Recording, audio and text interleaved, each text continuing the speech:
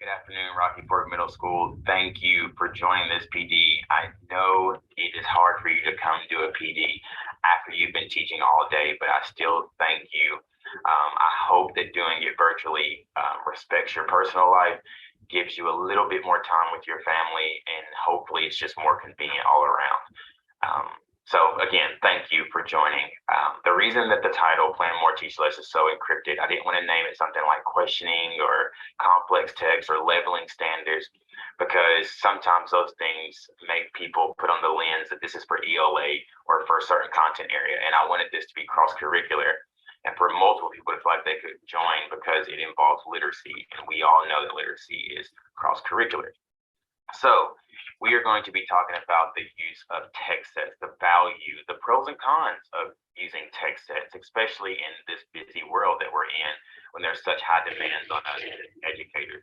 And so we are going to hear first, before we hear from professionals and research view of it, not even Mr. Gibson's view of it, we are going to hear from your own coworkers, people in the building from different areas, SPED, ELA, new teacher, old teacher, seasoned teacher, I'm sorry. We're going to hear from just different perspectives of why they do or don't use text sets, what are the pros and cons of using text sets, and then we'll jump into it. Today, our topic of choice is going to be on the women's suffrage movement. One, because the ratification happened here in Nashville, so it's kind of tied to Tennessee. But I also want to choose something that was kind of controversial, not necessarily controversial, but I guess had multiple perspectives around it, but was not something that is censored, I guess, nowadays. So we're going to jump to these testimonies. We're going to hear from some of your coworkers, what they think, and then we'll get started. So.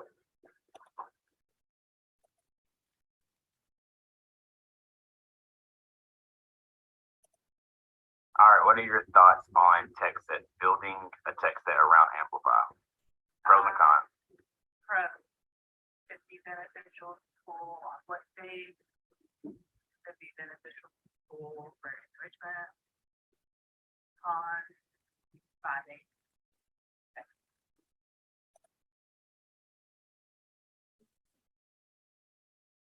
Good morning, Ms. Ryan. Hello. All right, what are your thoughts on teaching with a text set? Sometimes text sets tend to stress me out. Kids seem to get more caught up in one over the other, or seem to be more interested in one over the second one. There's just a lot of things where they start to get confused trying to separate the two of them, but also use them together as well.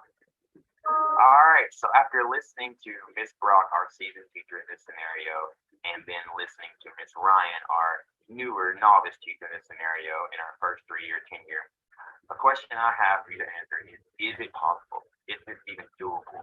All the things that we know are good instructions, tools, and resources and practices, is that even possible with the time that we have? Can you work on classroom management? Can you work on engaging lessons? Can you work on leveling standards and knowing the standards? Can you work on good assessments? Can you build good text sets in the 45 minutes that you have Monday through Thursday and the 90 minutes that we get on Friday? Is that doable? Yes or no? And if you have any solutions to how it's possible, please share those. Does it take a great team? Does everyone have to divide and conquer? Or is it just plain out, there's no way that this can be done? Go ahead and share your thoughts on it.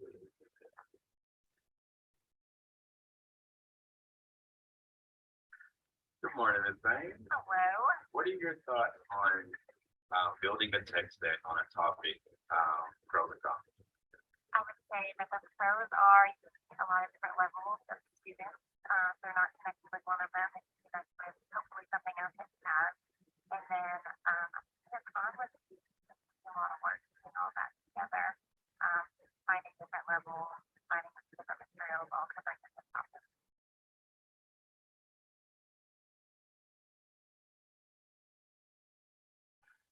Good morning, Ms. Vega. Good morning. What are your thoughts on teaching about a topic in social studies with using a text set? So pros for using a text set, you're going to see multiple perspectives, multiple uses of different types of media. So you're going to see, you could look at pictures, you could look at articles or quotes or even videos if you want to incorporate that into your set of documents or material. So you're going to see different perspectives of the same piece of content, which I think is important for students to understand the whole content. But then if you're looking at the cons of a text set, I think it can be overwhelming if you give students too much at one time. So you have to be careful and make sure that you're chunking material so that students don't feel overwhelmed when you give them all of these things to look at. Good morning. You want to introduce yourself? Hi, my name's Logan Tubb. I do sixth grade science at Rocky Ford Middle School. All right. And so in science, will you let us know what are the pros and cons of teaching with the text or multimedia set? So I use text and multimedia all the time. We use videos, different images, articles. The reason I like using those is because it exposes children to different ways than just looking at their textbook. We can show different models and images to that as well, and they can access things that I cannot give them just from their textbook. The pros, those are all the pros. The cons of that is it's kind of difficult sometimes to find exactly what I need. If I'm looking for a specific article, it may go too much in depth because a lot of our content is actually ninth grade when you look at different things. And then also just making sure that it's appropriate age-wise as well as non-wise. And for our social studies, science content area teachers that are joining, the number one thing that I hear is we do not have enough time with the amount of standards we have. Certain teachers have gotten creative with trying to put 3 standards into one day, if they all flow, if they are cohesive, but sometimes it's not, and they feel like they are always struggling and rushing at the end of the year. So collectively, even if you're an ELA teacher, math teacher, join this PD, what I want you to do is share some solutions on how can specifically science and social studies teachers, they have about 64 standards somewhere in there. We have 180 days of school. So how can text it, even if you're just trying to be creative, how could text it combat that issue just a little bit? How could you be rigorous with the text set? Also, actually teach this standard and not skim over it and feel like you're doing the entire content of the entire unit justice. How would that, how would text set benefit those students? Go ahead and share with us. Good morning. Can you go ahead and tell me what your name is? What grade are you in? All right, so if you were going to learn about sharks, actually, let's go to social studies. Let's say you're going to learn about Egypt. Would you rather learn about Egypt from one book or one textbook that in this school class, or would you rather learn about Egypt through videos, images, quotes, and also the technology? I feel that the quotes and videos would be quite well because we have never been to Egypt, and I want to know what it looks like in order to write about it. Good morning. Would you introduce yourself for us? Sure, I am Allie Palais, a school counselor at Rocky Ford. Okay. I'm going to ask you a question of how you like to learn. If I was going to take you to a 7th grade classroom right now, Miss Vega's classroom, and I was going to teach you about French Shikoku, would you rather learn about French Shikoku from the textbook and me teach you about it, just kind of talk to you about it, or would you rather learn about French Shikoku from videos, images, quotes, and the textbook? I would prefer to learn about topics through a variety of different instructional methods. Personally, I am a visual learner, and just reading a textbook and then, it just doesn't process with you the same way. So engaging with it in different ways makes it feel more personal. And I found as I've grown up and as I've learned to study, learned things that when I'm able to see images related to things as I hear about it, that it helps me understand it and get in and feel more personally connected and invested. Good morning.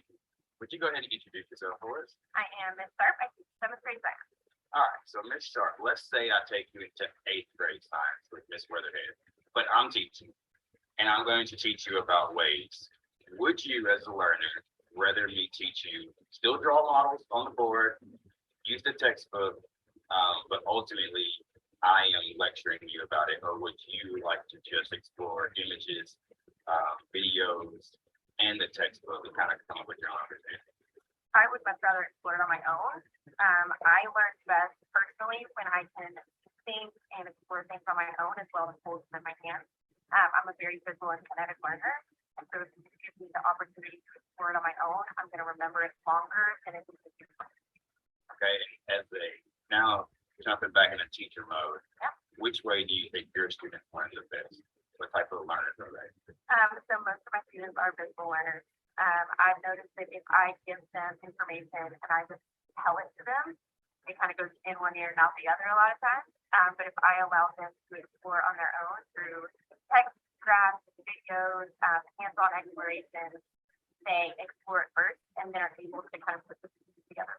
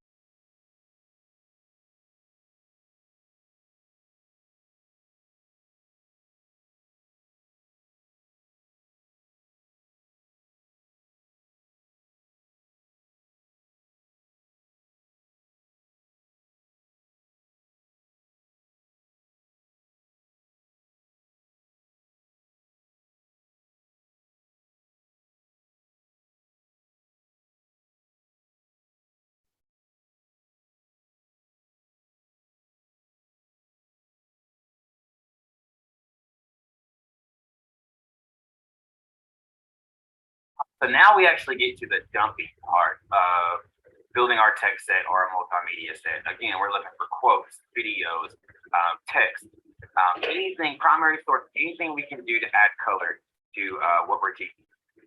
So I kind of stuck with ELA, social studies, science. Math, of course, is a little harder. And so I'm going to go to science and come back to ELA. But I do have social studies things on here too whenever we get to that part. So if I am in science, the first step is always the curriculum guide. And the reason I say that is because it kind of helps you get that overall picture of what you want to teach. So I'm actually going to do natural selection just because I'm interested in that. And so it's talking about, sometimes it says what students should be able to answer, and then of course that gives it for you. But sometimes you kind of have to make sense of it and then come up with your overarching question that's going to hold the unit. The reason that I think the driving question is better than just, for instance, teaching about Frederick Douglass or slavery, or teaching about the Byzantine Empire, is that if I teach why these civilizations rise or fall, then I can talk about multiple civilizations, even expose them to some that are coming up. And all of that's going to help them answer why do civilizations rise or fall, but specifically, why did the Byzantine Empire rise or fall? So you're kind of making the most of your 45 minutes or the most of your 90-minute block. In this case, this is talking about natural selection.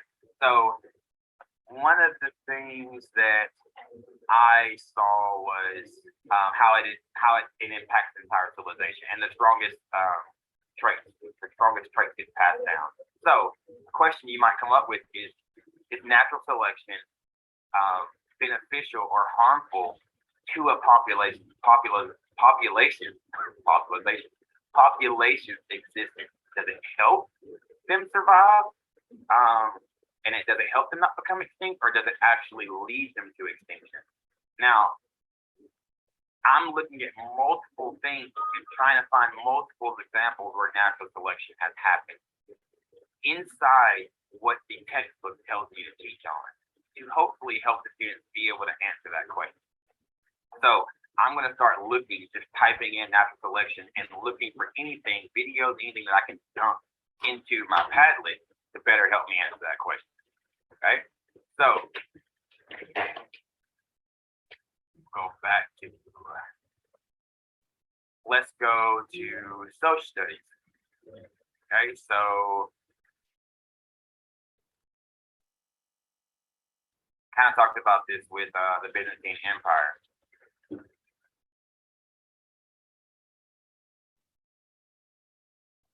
Might come back to that one.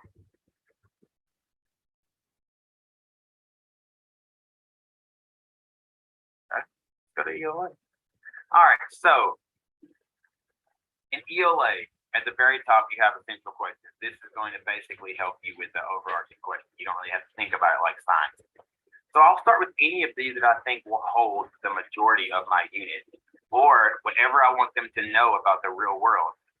So this is about brain science, basically analyzing the brain, how the brain works. So I might say what makes us human. I might choose how do the brains impact our daily experiences. So I'm going to choose how do they impact our daily experiences because a couple of things I'm thinking about. One, I can tie that to all the behavioral changes, all the changes that happen in a middle school student as their brain's developing.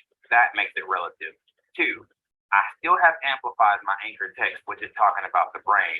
Three, I can bring in concussion protocols, things like that, that again are going to help them understand the brain. It's also going to help them understand the real world, and it's also going to help them understand that essential question. So I'm choosing which one of those I like based off the most that I can get out of it. It's not enough just to teach about brain science through Amplify. I'm teaching about the world using Amplify.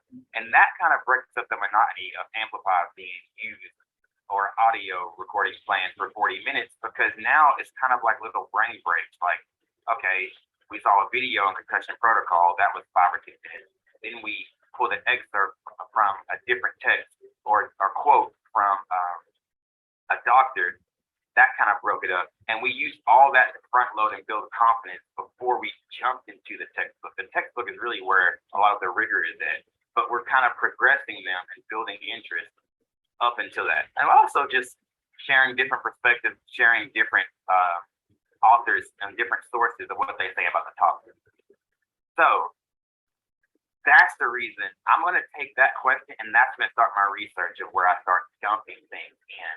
And so ELA has this, not science and social studies, unfortunately, but they actually provide these complementary texts. Now, all of these won't work depending on what essential question you choose. So in brain science, if we come down, they have chemo side effects. So if you're looking for how does the brain affect our daily experiences, you may or may not like this poem that they give. And so it's not scratching, but if you do like it, the district gave it to you and you just share the link, you dump it, you add all the stuff that you want to keep. You start there before you start going somewhere else.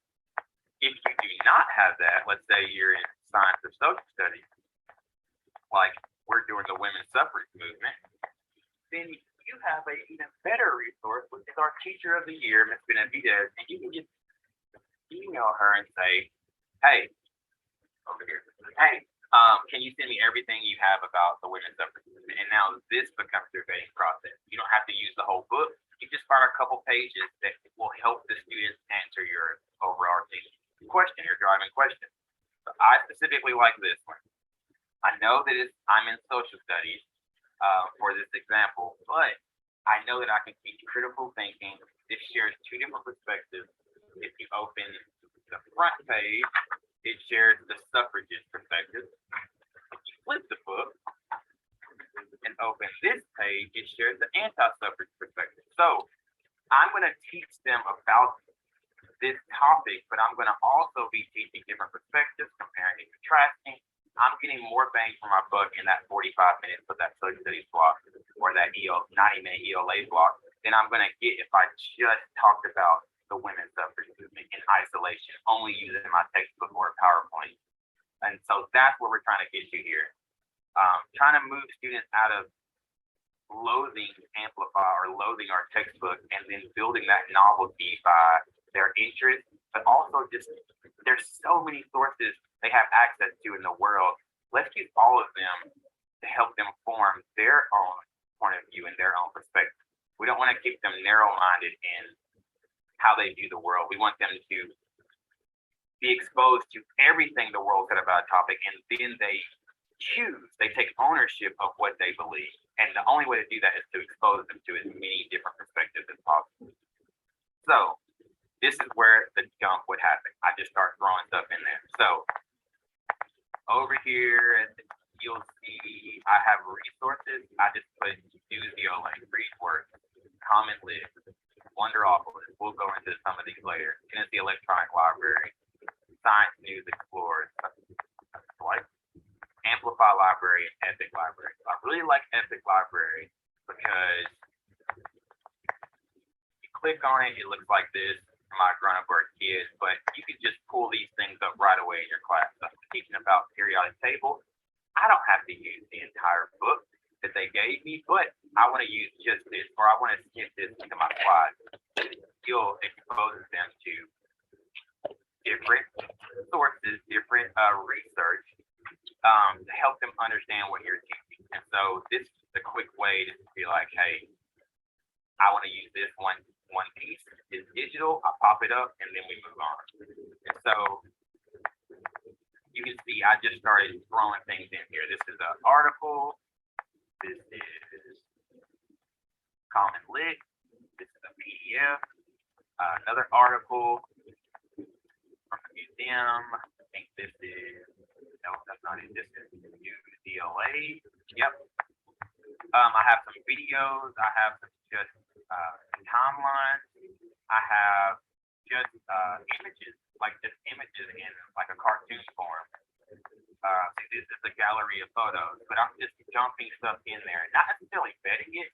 I'll get to that later, but I'm just throwing it in there, and then I'll pull 5 or 6 of the ones that I really like, and I'll start turning it into a 2-week unit.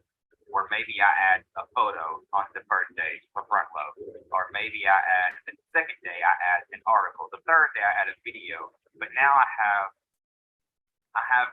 setting up my classroom where we're going to practice with the world's resources, the world's curriculum. We're going to practice with that, and then I'm going to transition you into the textbook, into the meat, into the rigor. And not only that, but you also get to have 2 different or 3 different perspectives. Three different perspectives on the same topic, which hopefully holds your interest and helps you better understand that topic. So that is just the very beginning of a text set. And honestly, it does not take long, y'all. In one planning period, you could probably get a really good jump on this. I'll try to show you really quick. Let's say we do the fall of Rome. So I click on Newsio, search, get another one going, click on read words. So I'll go to content, I'll do fall of Rome. I'll quickly go through this and say, oh, this one says what I'm thinking. So I'm gonna go ahead and take that one and add that link to my Padlet. So copy it, go back over here in the fall of Rome. Here will work with me.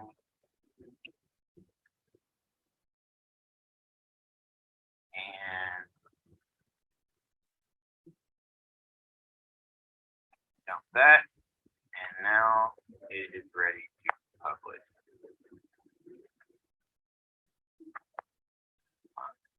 There we go.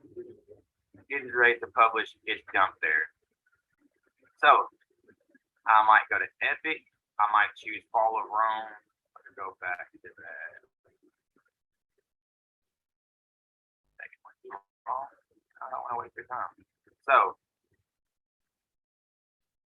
that was read words. I might go into, let's say, Wonderopolis.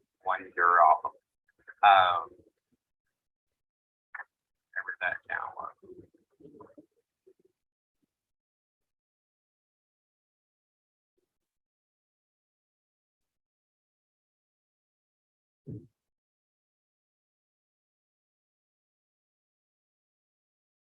All right, so this comes up. I'm just searching again, Fall of Rome.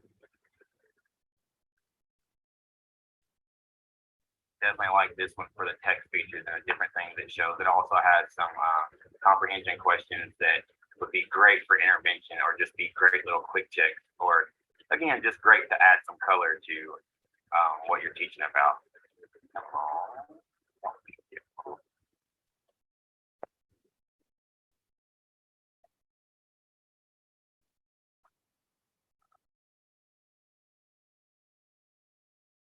We'll come back to that. But in 45 minutes, you could just start dumping all this stuff. That's Monday's planning. Tuesday, I start to like vet through it a little bit more and start to choose what I want. So that is just the dumping part. Okay, we're gonna have to actually have practice doing that later on. That's why I put some of these topics that are going to be in your quarter 3, so you can kind of plan ahead. But that's just the dumping part that we'll get to. A lot of our testimonials said they didn't have the time, so I just want to show how quickly you could be. As long as you have the resources of where to pull from, how quickly you could add to. So Wonderlopolis is not going to work for us, and I do not want to wait. So I'll see if it comes back later. I might pull it up for you to see, but we're going to move on.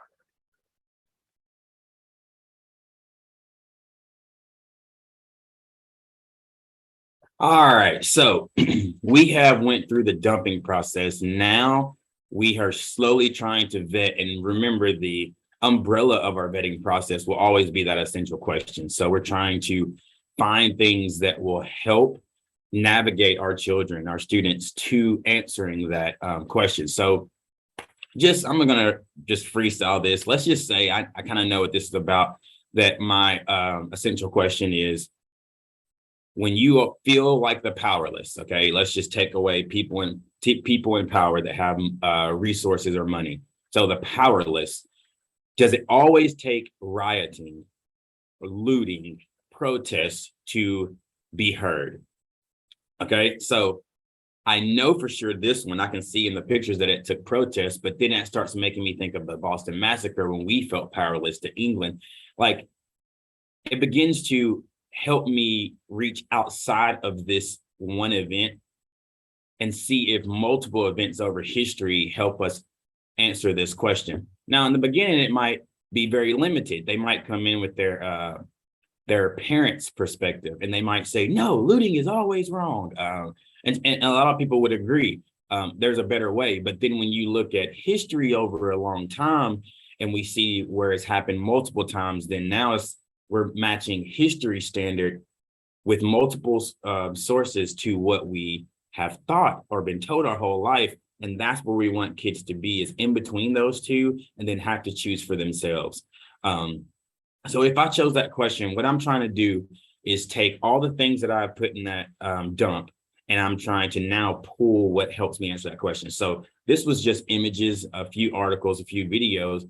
And what I'm trying to do is not front load. Sometimes when we say front load, we're like, we need to give you this information so that you can understand this content later.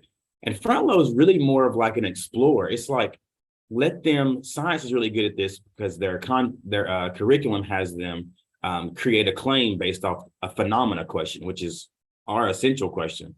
But you're trying to get them to form a very limited claim or opinion about the topic. And that's almost like a pretest, because once they form that limited claim and then you add in more information, more history, more sources, that should either affirm their original claim, or it should reveal how limited it really was. And then in that revision process, they're like, man, we thought that 2 weeks ago, but now we think this. Either way, it's a win for us as teachers. That's what teaching is. And so in this front load stage, all I'm trying to do is build curiosity and help them shape an original opinion or perspective. I want them to write it down. What do you notice? You keeping in mind that essential question, what do you notice? But also knowing this is about women getting the right to vote, what do you see? But also, what don't you see? If this is about all women getting the right to vote, what do you feel like should be in these pictures that is not revealed? That's it. So in the previous slide, when I'm talking about the gallery and dumping those things in there, I'm pulling pieces of that gallery out, even some of the articles. that have images, I'm snipping those out and I'm just moving them here to just give them just basically my text features. Like, can you understand a topic or get a gist about what a topic is about just from text features? And that's what I'm doing here with this slide and with the next slide. Okay, War of the Roses. What is it? How are these yellow and red roses going to tie into our topic, our unit? The Night of Terror. What does that mean? How does that play into? I see it talks about being beaten and tortured. Is that in history? Is that how we treated women? Is that always how we treated women? Like, I mean, good. Those are good segues into deeper discussion. Being fed through the nostrils. Kind of goes back to that protesting. And so this next one, what I'm doing here with this slide is I'm just trying to relate now. We're in a time period that they have no relevance to. So I'm trying to, all I did here was search what were major events that happened in the 1920s decade. So we have Coco Chanel, we have the first Macy's Day Parade, we have the first Yankees and Red Sox game, Great Gatsby. And then I want to go to where we're going in that time period. And I also want to show them what that looks like today. So if they can relate to the Macy's Day Parade or one of the greatest rivalries ever, if they can relate to that, then now just know that the origin of that happened back then. And hopefully that gives you some buy-in, and the 1920s don't seem so foreign to our students that were born in the late 2000s. So we're just trying to build relativity here with this slide and the next. So the first electric razor, flying across the Atlantic, and then our vacations now. This is kind of the first draft of Mount Rushmore. And then, of course, we have good old Steamboat Willie. Again, just trying to let them know this is where it started. This is what it looks like today. We're about to jump into that decade, into that time period. And then we kind of talked about this earlier. The other benefit of text sets is that this was an entire article. I just took a snip of it. So earlier, I think Tub talks about finding what you need. Sometimes it's too much. That's okay. Let's just take a snip of it. Let's just practice. Let's just get a small window into that article for what we need. Practice a couple reading strategies here, chunking here. And then after that, where this talks about the woman being clubbed and beaten, and I'm trying to shape like my understanding to answer, does it always take this type of activity in order to get the job done, in order to be heard? We're still trying to answer that question, because this practice gets my buy-in from my lower students and really just the whole class to have confidence before they start diving into amplified text that might look like this. You know, some of our audios go through a couple pages.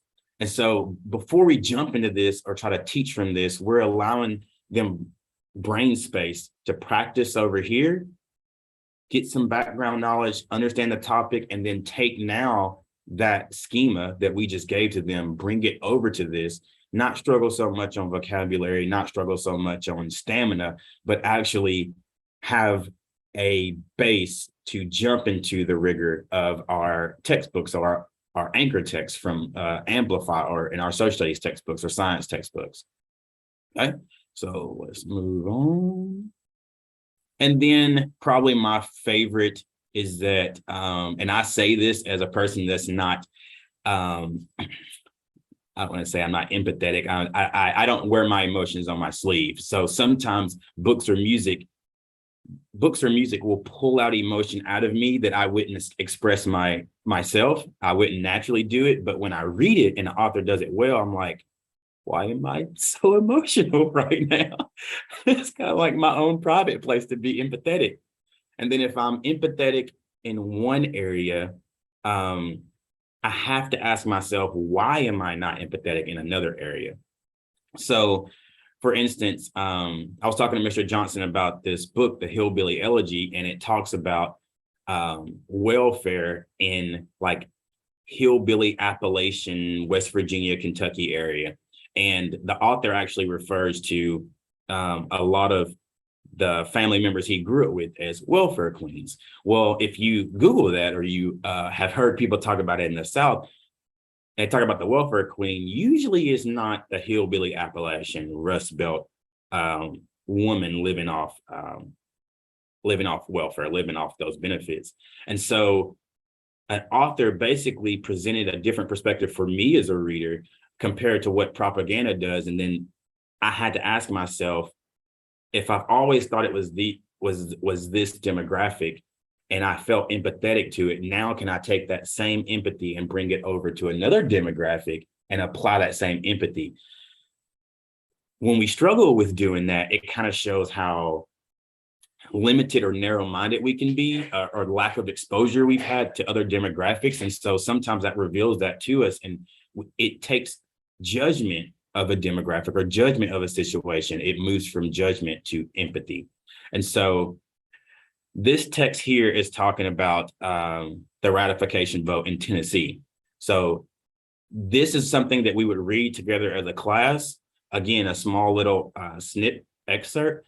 And I kind of want to nudge the kids into saying, why would you ever vote against women getting the right to vote? I want them to kind of like prematurely just jump into it, and then, but also kind of see the reasons why behind it. Remember, we're in the 1920s, so it was different than now. So I want them to judge them, but I also want to eventually move them to being empathetic to these people and their lifestyles felt threatened. Can we understand how, and can we now extend some empathy towards them rather than judgment? So I'm going to play this quick video that is a book about that ratification vote that kind of goes with my excerpt here. One, to show how to use a text set, but two, just to hear some of the thinking in this book that goes along with this passage. So.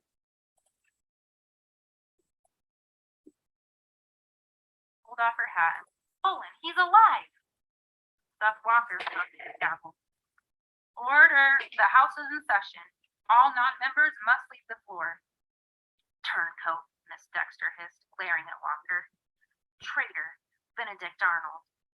A woman wearing a red rose turned around and scowled at Violet, apparently under the impression that she was the one who had spoken. Non-members, leave the floor, Seth Walker commanded again. There were plenty of non-members on the floor, men and women, pleading and cajoling with the representatives, trying to change their votes. Officials came around taking people by the arms and leading them off the floor over to the sideline. We haven't got it, Dexter murmured. We haven't got it. Other people around Violet were whispering the same thing. Violet felt her stomach do an anguished flip-flop. How was it possible? How could everything they worked so hard for fail? What do you mean we haven't got it? She demanded. We have 47 votes, said Miss Dexter, out of 99. 96 members are present, and the antis have 49 votes. That's impossible, Violet said. Shh, several people hissed. Count the roses for yourself, Miss Dexter snapped. The young woman in a wide-brimmed hat turned around. Violet recognized Miss Anita Pollitzer. Here's the list, Violet. See for yourself. Violet took the paper Miss Pollitzer handed her. Names and tally marks had been crossed out and written over. But some of these people were ours yesterday, Violet said, remembering to speak quietly. The debate had started on the floor below now.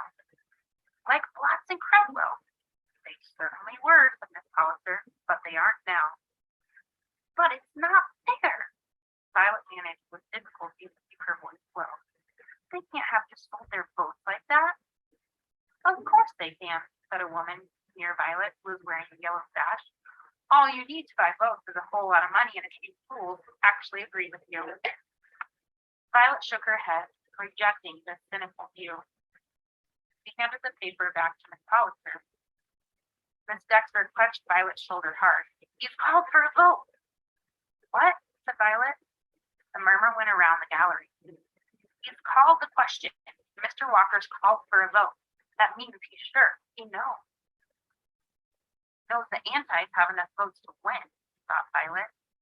So this really is the end, Miss Dexter said. Violet heard tears in her voice. It's not the end, she said. more because she wanted to comfort Miss Dexter than because she believed it. There's Vermont. We can't get Vermont, someone said. And Violet whirled around to see Chloe. When did you get here? Violet cried. Is Mr. Martin? Shh. Several people hissed at once. Yes, said Chloe. Violet thought she was answering the question about Mr. Martin, but what did yes mean? They're voting on a motion to table, an anti-near Violet snapped. What's that mean? Table. Miss Dexter frowned. It means to not vote on ratification at all, she said. To table the question, to put it aside. It's what North Carolina did, you blithering idiot, she added. Several people around Miss Dexter gasped, and the anti turned around and looked ready to slap Miss Dexter. You take that back. Oh, shut up and go back to your kitchen, Miss Dexter snarled, or wherever you think woman's sphere is. Violet seized Miss Dexter by the arm and, with Chloe's help, led her away before a fight could start. The crowd squeezed aside to let them through. They found a space near the back. Violet and Chloe each kept a tight hold on one of Miss Dexter's arms. I'd like to rearrange her face for her, Miss Dexter said. The idiotic traitor to her sex. Do it later, Violet suggested. Look, we can see better from up here. A cheer went up in the gallery. Defeated, someone cried. What happened? Miss Dexter demanded. A man near them turned around, beaming. Looks like Mr. Turner's changed sides. He voted against the motion to table, and it tied. Tied? The Violet confused. 48-48, the man said. That killed the motion to table. Turner wasn't anti, but he just voted against tabling with the stuff. Changed sides. Either that, or he made a mistake. He didn't make a mistake, Violet thought. He got a phone call. It's finished, Miss Dexter said. Turner changing sides isn't enough. We have 48. They have 48. Stuffed her fingers into her mouth and began biting them. I don't believe it, said the man in front of them. That Seth Walker is making them vote to table again. Can he even do that? And now he's down there with his arm around Turner, talking in his ear. Violet stood up on tiptoe and was just in time to see Turner shrug Seth Walker away from him, get to his feet, and vote against the motion to table again. Now he's calling the question, someone said. He's calling the question. Everyone was murmuring and whispering it to each other. This is it. Seth Walker's calling the question. Violet desperately wanted to ask Chloe what had happened to Myrtle and Mr. Martin, but now wasn't the time. She and Chloe were on opposite sides of Miss Dexter, and a hush fell over the chamber and galleries that seemed to forbid even a whisper. Violet was still clutching Miss Dexter's arm, and Miss Dexter clutched hers now, too. Violet didn't even especially like Miss Dexter. She couldn't forget about that business with Myrtle on the train, but right now they were clinging to each other as if their lives depended on it. This was the vote that mattered. Anderson. Aye. He was ours from the start, Miss Dexter murmured, and he has never wavered. Bless him. Bell. Aye. Bond. They bought him, Miss Dexter said through fingers in her mouth. Bought him like a pig in a poke, Violet suggested. She was far too nervous to care whether it sounded right or was even true.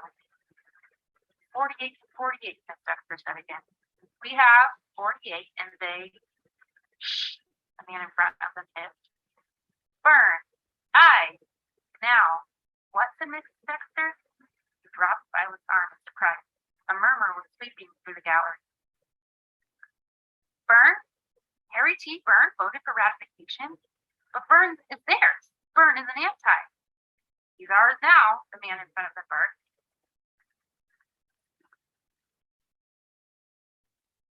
All right. So one, again, just showing how to use text sets. Does it always take violence or rioting or looting, whatever term chaos you want to use to get the job done? So showing the video mixed with the excerpt, how that adds color to what we're trying to teach. But also the irony really is that a lot of Southern men at the time felt like their lifestyle would be threatened. One, because they figured that if women could vote, it would change what they were doing with alcohol. Just kind of like in that whole prohibition time. And so they were fearful of their lifestyles changing. So that's really why they opposed it. And what's really ironic is that Harry Burns' mother, and this is actually in one of the dumps, the articles, she wrote him a note before he went to this, again, thinking that he was going to be an anti. She wrote him a note that said, be a good boy, vote for women's suffrage, don't keep them in doubt. And that all stemmed from the hate speech of an anti that Harry T. Burns' mom heard. And that when she heard that hate speech, that kind of converted her to be like, no, women, we need this. We need the right to vote.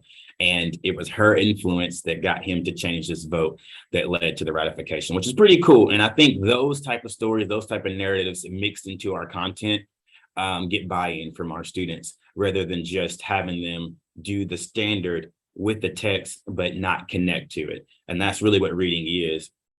You can read words all day. I could read this entire excerpt in a monotone voice and not connect with it.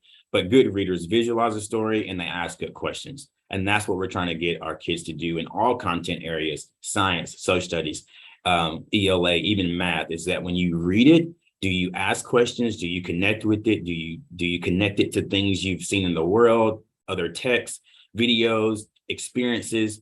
Because that is now you putting yourself in the character's role or in the topic. You're putting yourself there, and now you're connecting and relating to it. That's what we want them to be able to do. And so for the most part, besides that last little video, we've only shown them the suffragist perspective, which is working towards being able to vote and what all led up to the 19th Amendment. And so they've got a little bit of the anti-suffragist perspective on that last slide. And so here I'm just bringing those images back up into, as I try to nudge them towards being empathetic, it's that this was the propaganda used to try to persuade people to not vote for the 19th Amendment. And so you can see where we're trying to pull out of these images is like the mood and tone of what fear is being revealed through this. It's really fear. It's not necessarily trying to, they're using fear to manipulate people, which we still see today, like pretty much every 4 years in an election, but they're using fear to manipulate people. And so to a man who thinks that he might have to, God forbid, watch his own children and do some cleaning, that simple image led a lot of people to move over. And then when that wasn't enough, you heard in the last video that they bribed them. They actually paid them. And so even if we disagree with it, it's trying to move our students into not pointing the finger and just saying, can we understand at this time period, your lifestyle being altered, how that would make you feel? And if you can't understand it, then let me present a scenario for today. Let's say that you come into my classroom and all the women get treats, all the women get rewards, all the women get to sit in desk, and I make all the guys sit on the floor. You're trying to make them connect to what it would have felt like and be like, now, would you agree with us trying to your lifestyle being altered that way? It's a little extreme, but we're just trying to connect emotionally to them, because a lot of times emotional connection and experiences lead to retention more than just facts and repetition. And this is where it gets good. This is ultimately where we try to get to. I know that people say that Tennessee Ready test, the state test, is like the Super Bowl of the year. But beyond that, just for like 5 seconds, we're going to pause the standards conversation, because Kelly Gallagher says we're trying to create expert citizens, and expert citizens are citizens that can think for themselves, that can take in multiple sources of information, and then they can synthesize it to kind of create their own. In other words, they're not a robot.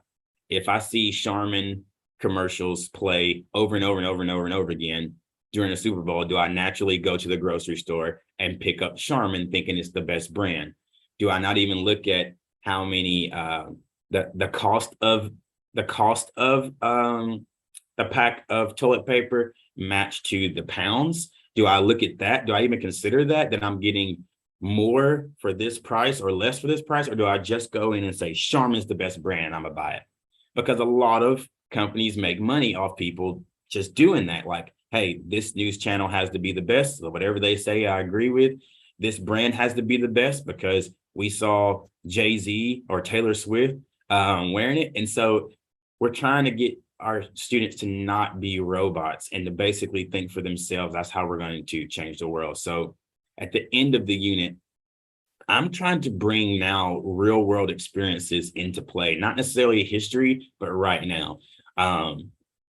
Again, things that are not going to get me fired, but I'm trying to bring them up and say, hey, this stuff's happening right now based off how we've walked through history from the 1920s, even up to now, based off how we've talked about, does chaos always lead to being heard? Do you think in this picture here that this needs to be done in order to be heard? Whether you agree with what they're fighting for or not, do you agree that it takes stuff like this to be heard? And are you surprised? What are your thoughts that we're still talking about gender gaps since the 1920s, before the 1920s, into now? We're still talking about things that are not true and things that are, or sorry, not things that are not true and things that are true.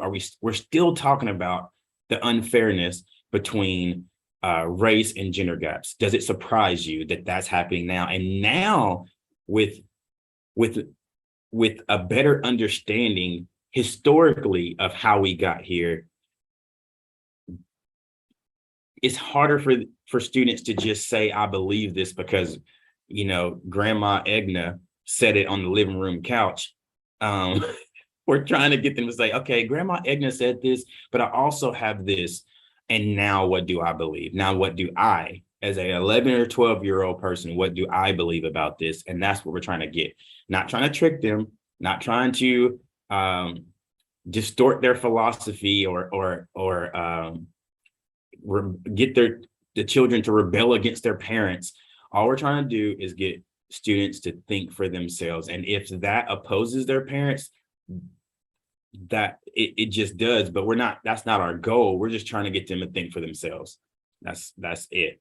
And so I feel like this is where the joy and the gratitude of this job comes from, is when you now, I've driven down Murfreesboro Road and past the McDonald's and I've seen a sign. I'm just like, that sign is ridiculous. It makes no sense, but I know they're about to get a lot of business because people don't see, I know there's a lot of people who just don't see the hypocrisy behind this sign, or don't see that this sign really doesn't make sense. It's just catchy and it's going to make you come in and buy a McDouble. But now I'm trying to get the students to look at that sign, even if their parents aren't, look at that sign on the way and say, that doesn't make sense. That's when you see students be able to do that, that's when you know that you have taught them not just for the state test, but you have taught them for life. That is a skill that will go on for the rest of their lives, where they will not be robots. They will not be duped into societal marketing schemes. They will think for themselves. And so that's the end of my soapbox. If you want more, you can come to my office anytime. But I just want to thank y'all for joining in. Clearly, I know a lot of people in this building already do tech sets. We heard from them already. So I hope this was not something repetitive, but it was more of like a reminder of, man, that really does help. Maybe I can get back into that because it does take less work off me, or it takes work off of me and less stress off of me and less weight off my shoulders when I'm teaching, because the tech set, the variety of sources are holding their needs. And I'm actually, now I'm available just to walk around and question and prompt and go deeper. So I hope it's that little jumpstart reminder. If you ever need time or help searching for things, I am here to find resources for you, to find articles that I think might relate, to find videos. I'm in your corner if you need me for anything, but I just want to thank y'all. I hope that something was said from your coworkers, from research, or from me that helps you better serve our students. That's what we're here for. Again, thank you for joining. This last slide will be about 20 minutes just for you to practice dumping. I tried to choose topics that were in the third quarter to kind of give you a head start so you could do that, and it would save you time once we come back from the break. if you already have a good thing going with those topics and you already have your tech set, you already have your ideas together, just go on to something else, go on to fourth quarter, or maybe go back around to first quarter for next year. I just want it to be beneficial and help you kind of get ahead to where you come into work fresh and not worrying about what you're going to do. So you can plan something for intervention. You can start dumping things in there, but just go to those resources, go to the internet, PDFs, videos, images, and just start dumping. And then when you get back to that unit in the whenever you you're in the unit or the semester that you chose, when you get to that unit, just start pulling some of that stuff out and see, hey, do we like any of this? What essential question do we want to use? You're already doing a driving question in your lesson plans. So again, I know this may not all be new information, but I hope it was beneficial information. And so I thank y'all. As always, reach out to me if you need anything. Love y'all, and I'll be in your classes soon.